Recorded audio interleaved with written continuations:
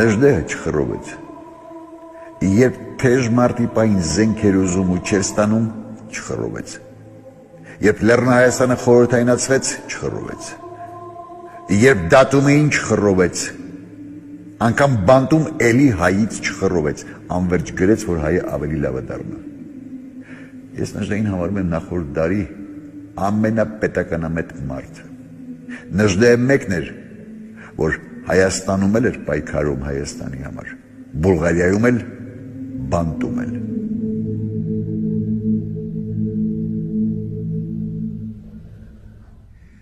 Նկատել ես, պատերազմները Հայաստանում անվանում են գոյամարտ։ Ասես դա կյանքի ամենակարևոր ու ամենավերջին պատերազմն է։ Հետո կամ լինելու ենք, կամ չէ։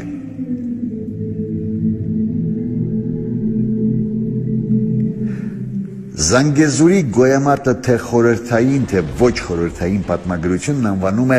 քաղաքացիական պատերազմ։ Ինչու՞։ Որ մենք ինքներս մեզ համարենք եղբայրասպան։ Զանգեզուրի գոյամարտի մասին Նժդեհն ինքն է պատմել, որ հակառակորդի բանակների մեջ էին ռուսը, լատիշը, հրեան, լեզգին, վրացին, թուրքը, թաթարը, մի ամբողջ Բաբելոն։ Նա ասում է, որ եղբայրական կռիվներ չի վարել, բայց Զանգեզուրի պաշտպանները ստիպված էին երբեմն ընդհարվել կարմրած հայերի հետ։ Ու գիտես ինչն է ամենավատը։ Մի կրակեք, մենք էլ ենք հայ,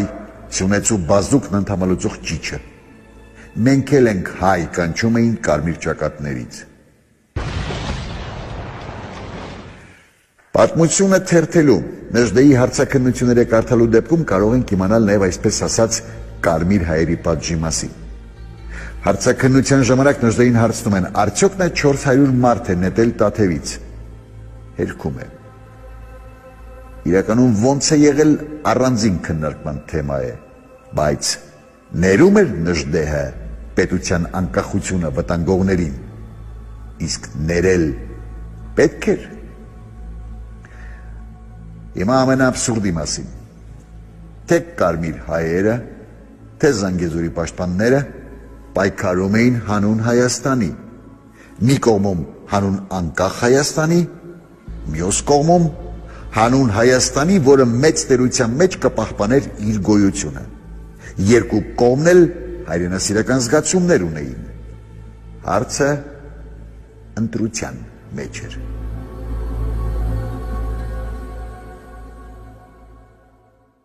Հիմա ուշադիր,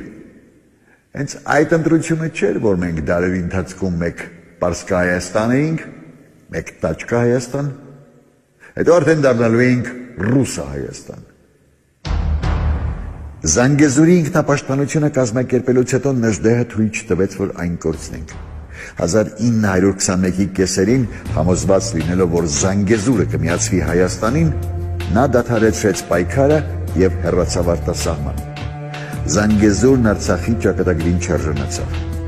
Գոյամարտը ստիպեց մեծ տերություններին հասկանալ, որ Զանգեզուրը չի կարող հերթական խաղաթուղթ լինել։ Դրա համար պայքարող կա։ Իսկ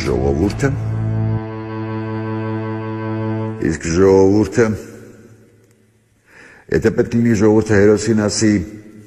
գավառապետ, կասի։ Եթե պետք լինի ասի հերոս, կասի։ Եթե պետք լինի ասել թշնամի, չկասկածեք, կասի ու կթշնամանա։ Նժդեհին մինչ օրս ինչ անուն ասես տվել են, գավառապետից մինչև նացիստ։ Իսկ դա ներքին թշնամու դեմքը լավ գիտեր ու ասում էր, ներքին թշնամին ժամանակին արդարացել է Պարսկա Հայաստանում, Տաճկա Հայաստանում, Ռուսա Հայաստանում, և վաղը եթե իրերի բերումով թաթարները մտնեն մեր երկիրը, ներքին թշնամին ծապ կզարկի և սրանց, վաղը նա չի ճանաչելու նաև երրորդ Հայաստանը։